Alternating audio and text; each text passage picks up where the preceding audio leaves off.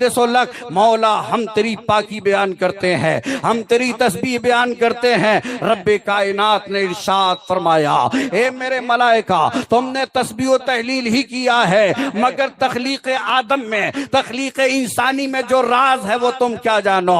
انی عالم ما لا تعلمون، میں وہ جانتا ہوں جو تم نہیں جانتے۔ اللہ تبارک و تعالیٰ نے انسان کو مٹی سے بنایا، خلق الانسان من طین مسول انسان من صلصال، ہم نے انسان کو بستی ہوئی ٹھیکری سے پیدا کیا۔ ایک مقام پر رب کریم ارشاد فرماتا ہے خلق الانسان من ماء مہین، ہم نے انسان کو ایک قطرے بے مایا سے پیدا کیا۔ آپ ذرا دیکھیں ہماری تخلیق کا مادہ کیا ہے، ہماری تخلیق کا جوہر کیا ہے۔ کہیں ہمیں ایک پانی کی بوند سے پیدا ہونے والا اور ہماری تخلیق کا ذکر ایک پانی کے بوند سے کیا گیا۔ ہماری حقیقت ایک اچھلتا ہوا پانی کا قطرہ ہے۔ دنیا کا کوئی بھی ایسا مصور نہیں ہے جو پانی کے قطرے پر کوئی صورت ابھار سکے، دنیا کا کوئی مصور نہیں ہے جو لہریں لیتے ہوئے سمندر پر کوئی تصویر ابھار سکے۔ یہ وہ مصور کائنات ہے، وہ مصور حقیقی ہے، وہ خلاق عالم ہے جو اچھلتے ہوئے پانی کے ایک قطرے پر ایسا جلوہ ابھارا کہ ارشاد ہوتا ہے لقد خلقنا الانسان فی احسن تقویم، ہم نے انسان کو بڑی پیاری صورت پر بنایا ہے، انسان کو ہم نے بہت حسین صورت پر بنایا ہے۔ نہ اس کی آنکھوں کا جواب ہے، نہ اس کے مزگا کا جواب ہے، نہ اس کے خد و خال کا جواب ہے، نہ اس کے انداز کا جواب ہے۔ یہ ایسا بے مثال پیدا ہوا ہے اور ایسا حیرت انگیز پیدا ہوا کہ فاتح خیبر داماد پیغمبر ابو الحسن مولا علی مشکل کشا رضی اللہ تعالی عنہ ارشاد فرماتے ہیں کہ انسان اس دنیا میں عالم اصغر نہیں ہے بلکہ یہ عالم اکبر ہے۔ یہ مشرق و مغرب، یہ زمین، یہ آسمان، یہ کہکشاں کی رانائیاں، یہ دشتوں کو حصار، یہ سب ملا کر ایک چھوٹا عالم ہے۔ انسان بہت بڑا عالم ہے، یہ ساری کائنات چھوٹا عالم ہے۔ اسی کی طرف اشارہ کرتے ہوئے قلندر لاہوری نے کہا تھا کہ پھیلے تو وسعت کونین میں سما نہ سکے اور سمٹے تو ایک مشت خاک ہے انسان جب پھیلتا ہے تو اس کا عالم یہ ہوتا ہے ایک قدم زمین پر دوسرا عرش پر ہوا کرتا ہے۔ آپ نے دیکھا نہیں ایک انسان ہی تو تھا جو شب معراج براق پر جا رہا تھا، وہ انسان کامل ہی جا رہا ہے، وہ افضل البشر جا رہا ہے، وہ ایسا بشر ہے کہ جہاں نور کے بازو تھک رہے ہو وہ بشر اس سے آگے جا رہا ہے، اور وہ ایسا عظیم الشان انسان ہے کہ جہاں ملائکہ خمیدہ نظر آ رہے ہیں۔ رب کائنات عز و جل انسان کو پیدا فرمایا اور ارشاد ہوا ہم نے اسے اپنی عبادت کے لیے بنایا۔ تو کیا یہ انسان عبادت ہی کے لیے آیا ہے؟ کیا یہ انسان عبادت کر رہا ہے؟ اگر مقصود تخلیق انسانی محض عبادت ہے تو انسان تو عبادت کر ہی نہیں رہا ہے۔ آج آبادی کا ایک بڑا حصہ کفر اور گمراہی، الحاد اور زندقہ کی تاریکی میں ڈوبا ہوا ہے، اور اگر مٹھی بھر لوگ کلمہ پڑھ کر مسلمان بھی ہوئے ہیں تو ان میں بھی نافرمانیوں کا دورہ ہے۔ دیکھ نہیں رہے ہو وہ حجاز مقدس جہاں سے اسلام کی روشنی پھوٹی تھی، آج وہیں شراب خانے کھولے جا رہے ہیں۔ توجہ لگائیں ادھر تھوڑی دیر کے لیے، اور حضرت والا کی کرم فرمائیاں رہی۔ انشاءاللہ تعالی اس مضمون سے متعلق کچھ باتیں آپ سے میں عرض کر دینا چاہتا ہوں تاکہ حالات حاضرہ کے ساتھ ساتھ ہم اپنے اولیاء کرام کی عظمتوں کو سمجھیں اور اپنی ذمہ داری کو سمجھ لیں۔ ہم صرف چادر چڑھانے اور پھولوں کی جو ہے نظر پیش کرنے کے لیے نہیں آئے ہیں، ہمارا کردار تو یہ ہے کہ ایسی شان پیدا کر کہ باطل تھر تھرا اٹھے، نظر شمشیر بن جائے، زباں جھنکار ہو جائے۔ تم نے اہل سنت و جماعت کو چند مراسم میں اگر قید کرنے کا ارادہ کیا ہے تو ہم اس ارادے کے خلاف تمہیں آواز دے رہے ہیں۔ اہل سنت چند مراسم کے مجموعے کا نام نہیں ہے، اہل سنت محبت رسول کا نام ہے، اہل سنت صحابہ کرام کی اتباع کا نام ہے، اہل سنت اہل بیت اعظام پر قربان ہونے کا نام ہے۔ اہل سنت وہ ہے کہ اعلیٰ حضرت فرماتے ہیں اہل سنت کا ہے بیڑا پار، اصحاب حضور نجم ہے اور ناؤ ہے عطرت رسول اللہ کی۔ درود پاک پڑھیے اللہم صلی علی سیدنا مولانا صلاۃ و محمد سلام المعدن علیک یا الجود حبیبی یا والکرم، رسول اللہ صلی اللہ علیہ وسلم. صلاۃ و سلام علیک یا حبیبی یا سیدی یا رسول اللہ.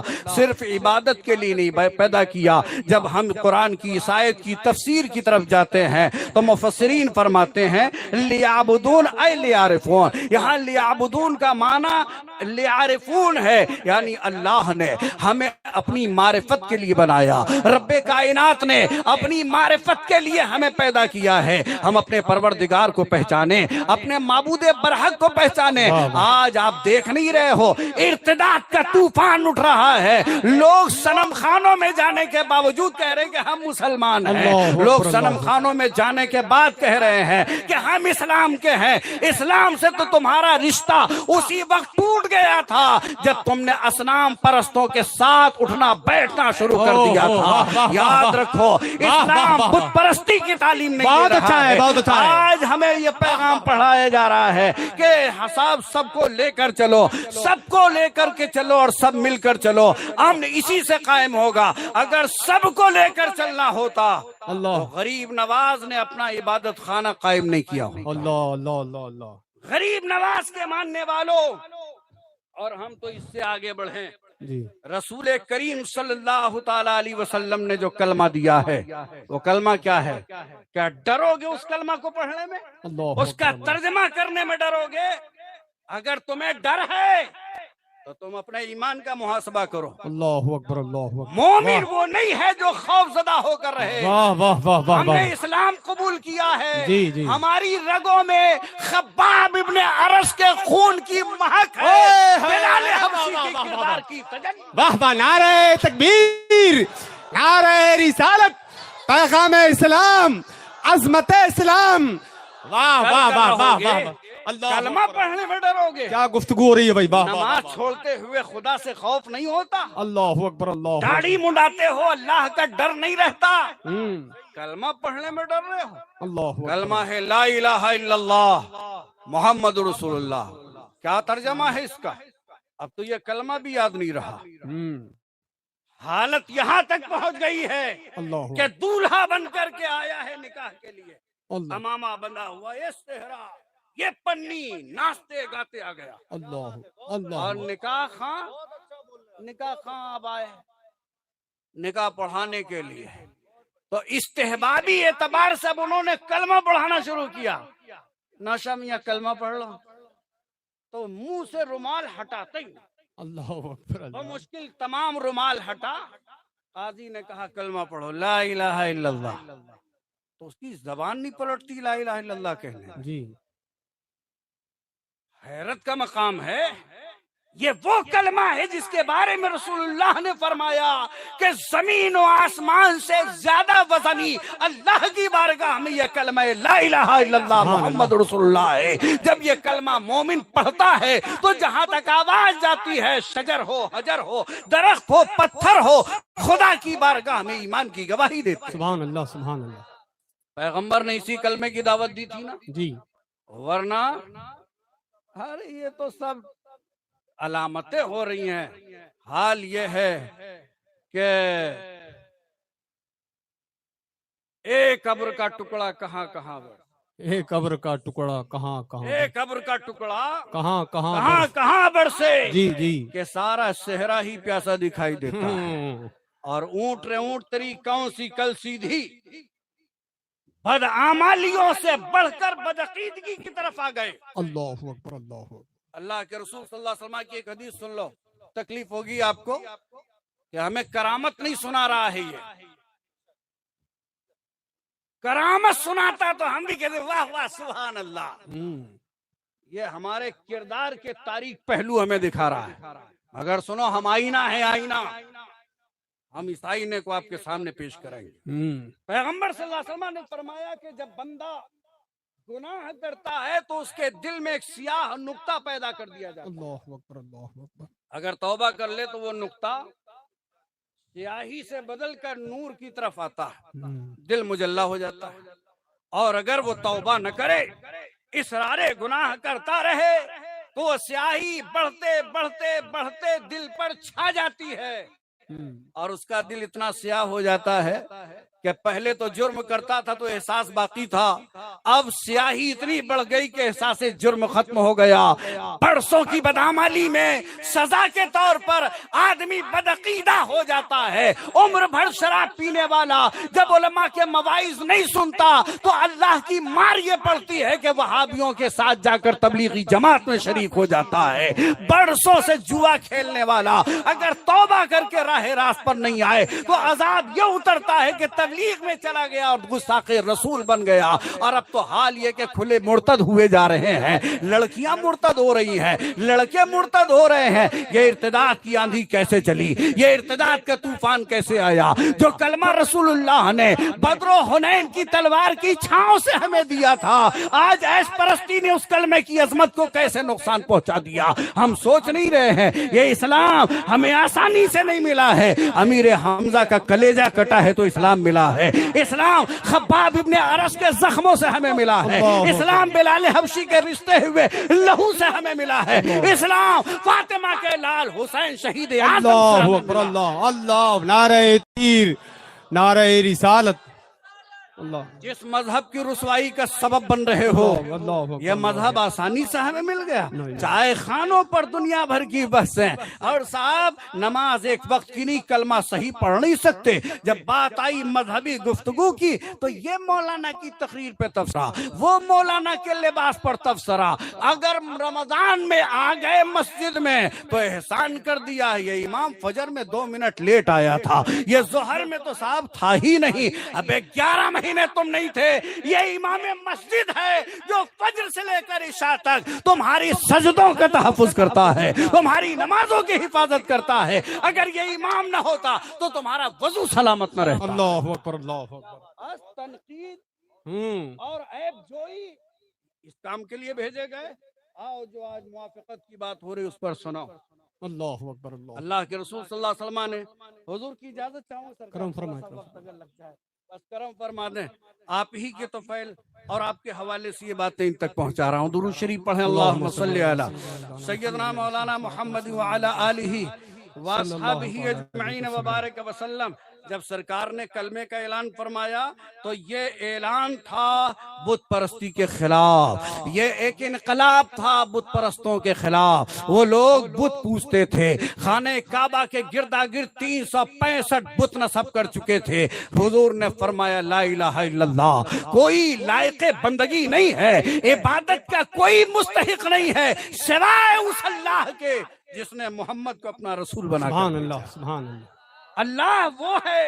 اور یہاں خدا کی پہچان بھی تمہیں اپنی مرضی سے کرنے کا اختیار نہیں دیا گیا۔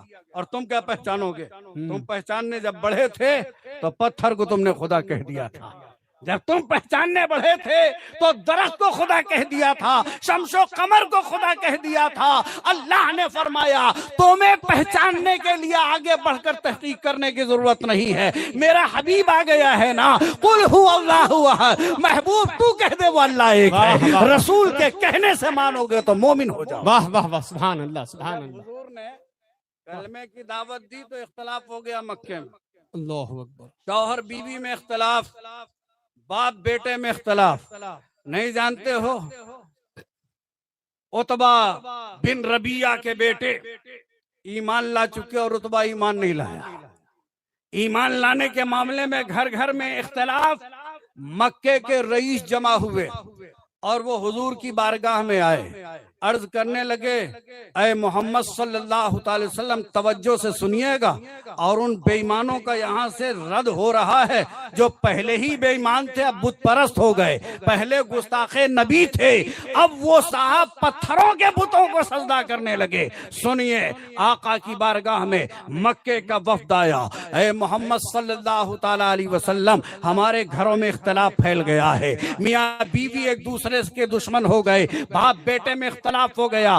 تو کہا سرکار نے چاہتے کیا ہو؟ کہا ایسا ہے کہ اتفاق کی ایک تجویز ہم لے کر آئے ہیں، اتفاق کی ایک صورت ہم لے کر آئے ہیں۔ سرکار کی بارگاہ میں انہوں نے بیان کرنا شروع کیا کہ حضور ایسا کریں کہ ایک روز آپ اپنے تمام ماننے والوں کو لے کر ہمارے ساتھ آ جائیں، ہم سب مل کر ہمارے خدا کی عبادت کریں، اور دوسرے دن ہم سب مل کر آپ کے خدا کی عبادت کریں گے۔ توجہ حاضر ہے۔ اللہ اکبر، اللہ اکبر، اللہ بات انہوں نے لائی تھی بظاہر بڑا اتفاق والا معاملہ ہے، وہ اللہ کون؟ وہ قاسمی ہے اور راسمی۔ ان کا حال تو یہ ہے کہ ہر زمانے میں ان کے آباء و اجداد نے ایمان فروشی کا معیار قائم کیا ہے۔ یہی شیخ حرم ہے جو چرا کر بیچ کھاتا ہے، گلی میں بوزرو دلق اویسو چادر زہرا۔ جب ان کے پوروج حسین احمد مدنی جب وہ بت پرستی کی دعوت دے رہا ہو تو آج اس کے ماننے والے بت پرستی کریں تو اس میں تعجب کی کیا بات ہے۔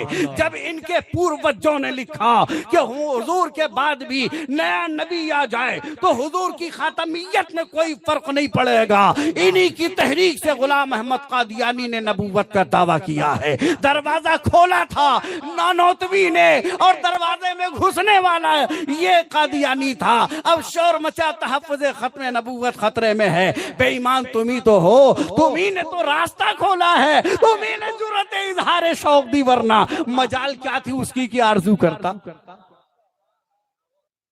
آئے یہ لوگ ایسا کر تو بظاہر تو بڑے اتحاد کی بات کر رہے ہیں۔ ہمارے ملک میں جو مسلمانوں کے قائدین بنتے ہیں، قائد ہے نہیں بنتے ہیں، کہ صاحب سب کو لے کر چلو، امن کا پیغام دو۔ اللہ اکبر اللہ۔ مکہ شریف میں مشرکین آئے اور جانتے ہو یہ امن کا پیغام اسلامی نظریے پر حملہ تھا۔ وہ کہہ رہے تھے ایک روز تم سب مل کر ہمارے خدا کی عبادت کرو، اس لیے کہ ان کو ایک اور بڑھ جانے کا کوئی نقصان نہیں تھا۔ پہلے 300 تھے، اب 301 ہو جائے گا، پہلے 400 تھے، اب 401 ہو جائیں گے، مگر اسلام کا تو نقصان ہی نقصان ہے۔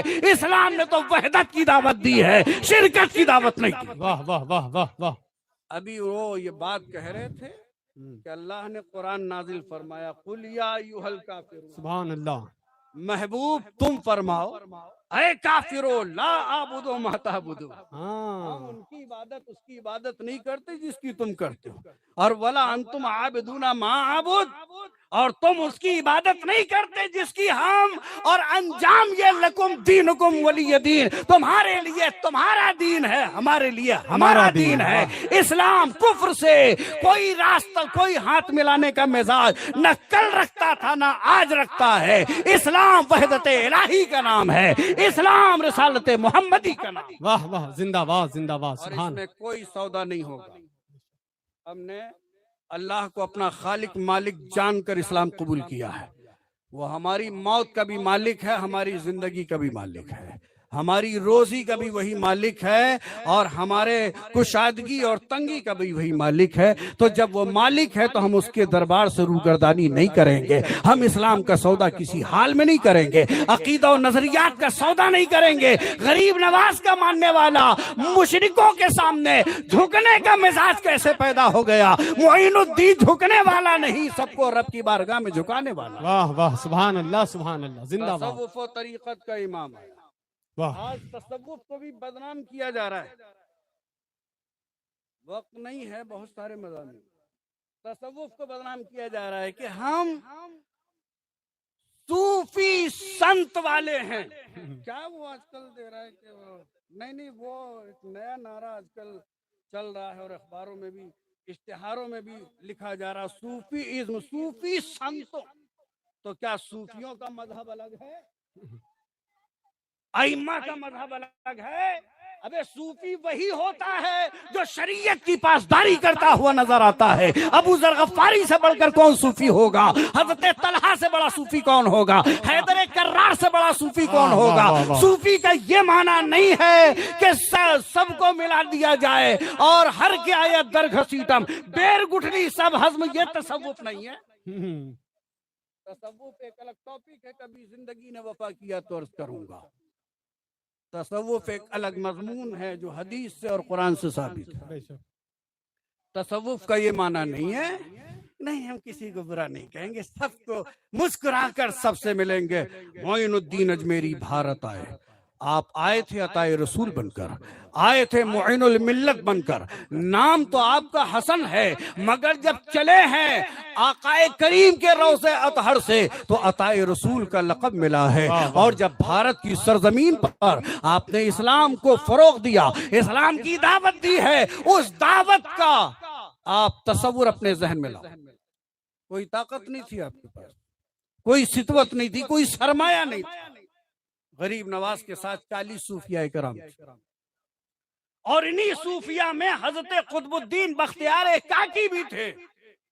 یہ لوگ آئے، غریب نواز رضی اللہ تعالیٰ عنہ، یہ سلسلہ چشت کے ایک عظیم بزرگ، اور یہاں سلسلے بھی سمجھ لو، سلسلوں میں اعتقادی اعتبار سے کوئی تفاوت ہے ہی نہیں، ہر سلسلے کا مرجع اعظم جناب مولا علی کی ذات۔ سبحان اللہ۔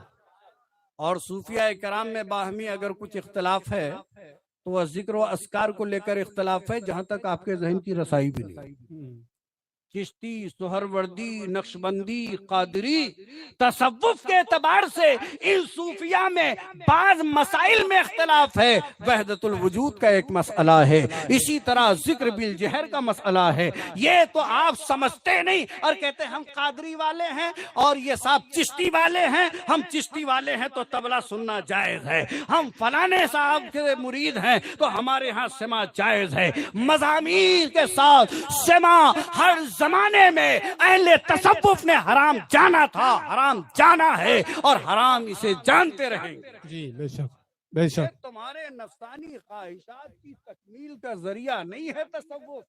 تصوف کا معنی ہے اپنے دل کو اللہ کے خوف سے مجلا کر لو اور سنت مصطفیٰ کے اس میں گل بوٹے پیدا کرو، اتباع صحابہ کی اس میں کلیاں نکھارو، اور جب دل تمہارا گلشن اسلام بن جائے گا تو وقت انتقال منادی آواز دے گا، یا ایتھا النفس المطمئنہ، اے پاک جان نکل، ارجعی الی ربک راضیۃ مرضیہ، اپنے پروردگار کی طرف چل اس حال میں کہ وہ تجھ سے راضی ہے اور تو اس سے راضی۔ سبحان اللہ۔ یہ تصوف و طریقت اور خانقاہوں کا تفرقہ یہ آپس میں تصادم اور دشمنی کے لیے نہیں ہے، آپ کے لیے خاندان قادری کا بھی دروازہ کھلا ہے، خاندان چشت کا بھی دروازہ کھلا ہے۔ اپنے مشائخ کے طریق پر عمل کرو، ہر شیخ محترم نے محبت رسول کا ہمیں درس دیا ہے۔ سرکار سلطان الہند خواجہ غریب نواز رضی اللہ تعالیٰ عنہ آئے،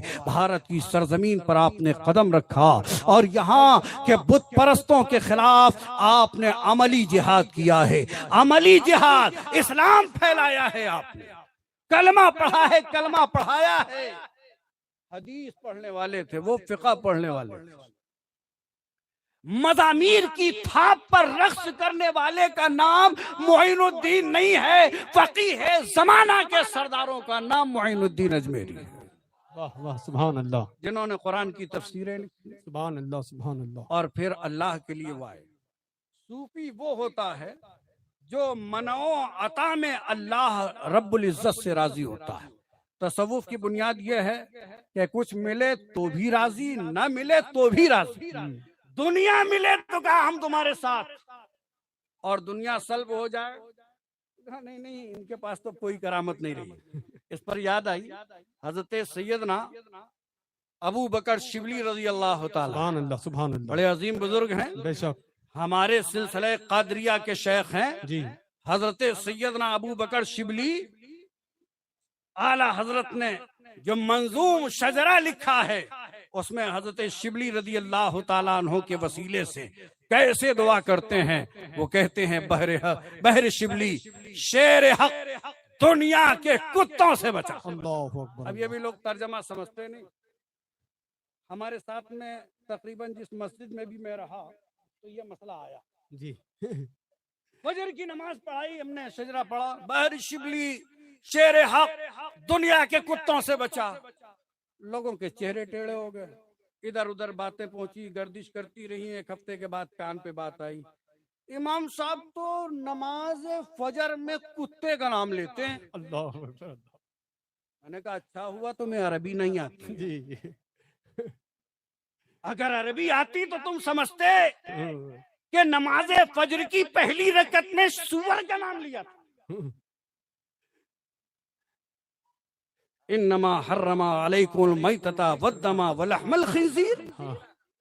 ابے جو پڑھا جا رہا ہے امام پڑھ رہا ہے سنو تو اسی سے سمجھ لو کہ اس کا ترجمہ کیا ہے. بازاروں میں جا کر چوباروں میں کھڑے ہو کر تبصرہ کرنے کی اجازت تمہیں نہیں ہے. اور سنو یہ کتا اعلی حضرت نے نہیں کہا ہے, میرے اور تمہارے نبی جناب محمد رسول اللہ صلی اللہ علیہ وسلم فرماتے ہیں الدنیا جیفۃ وطالبها کلاب. دنیا مردار ہے, اس کے طلب کرنے والے کتے. اللہ اکبر. دنیا مردار اس کو کیا کہتے ہیں؟ دنیا کی بڑی وسعت ہے یہ دولت, یہ یعنی خواہشات نفس کے لیے جو کیا جائے وہ دنیا ہے. والا حضرت کہتے ہیں بیر شبلی شیر حق دنیا کے کتوں سے بچا, ایک کرک عبد واحد بیریا کے واسطے. حضرت عبد الواحد تمیمی رضی اللہ تعالیٰ عنہ بیریا. بیریا کا مطلب کوئی دکھاوا نہیں, کوئی جو ہے صاحب پروٹوکول نہیں. آج تو دکھاوا ہی دکھاوا ہے. اگر بغیر پروٹوکول کہیں چلے جائیں تو عوام سلام کرنے کو تیار نہیں کہ مولوی صاحب. پروٹوکول چاہیے, اشتہار چھپا ہے تو ذرا 3 میٹر کا نام بھی چاہیے, اس کے بغیر تو لوگ متاثر ہی نہیں ہوں گے. سنو سرکار فاتح خیبر رضی اللہ تعالیٰ عنہ فرماتے ہیں آدمی کی حقیقت تب ظاہر ہوتی ہے جب اس کا منہ کھلتا ہے. اللہ. واہ واہ واہ واہ واہ واہ واہ واہ واہ واہ واہ واہ واہ واہ واہ واہ واہ. میٹر کا نام رکھ لینے سے کچھ فرق پڑتا ہے؟ آج واہ سب مطلب نام ہی نام. تصوف و طریقت یہ ہے, اعلی حضرت نے اپنے شعر میں فرمایا کہ بے نشانوں کا نشان مٹتا نہیں, مٹتے مٹتے نام ہو ہی جائے گا. بے شک. سبحان اللہ. اور اقبال کہتے ہیں مٹا دے اپنی ہستی کو اگر کچھ مرتبہ چاہے, اپنی ہستی کو مٹا دے.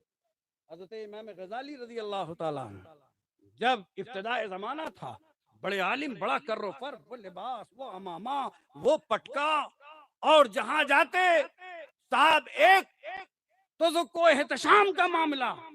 مگر جب آپ نے دیکھا کہ دل مطمئن نہیں, 1000 چاہنے والے مگر دل مطمئن نہیں, 1000 بادشاہوں کے درباروں سے صاحب تحائف آ رہے مگر دل مطمئن نہیں, دنیا سے ان کا دل بھر گیا. اب وہ دستار اتار دی, وہ قیمتی عبا اتار دیا, گودڑی پہن کر پہاڑ پر چلے گئے اور اخلاق و تصوف کی کتاب کی نیائے سعادت لکھ کر ہمیں عطا فرمایا. واہ واہ واہ. سبحان اللہ. سبحان اور اللہ. فرمایا کہ دنیا ظاہری چیز ہے, ظاہر کے پیچھے کیا مرتے ہو, مغز تک پہنچو.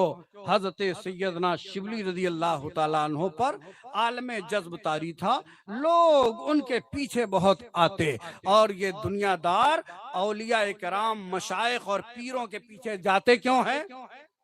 سچی بات عرض کروں, صرف طلب دنیا, صرف طلب دنیا.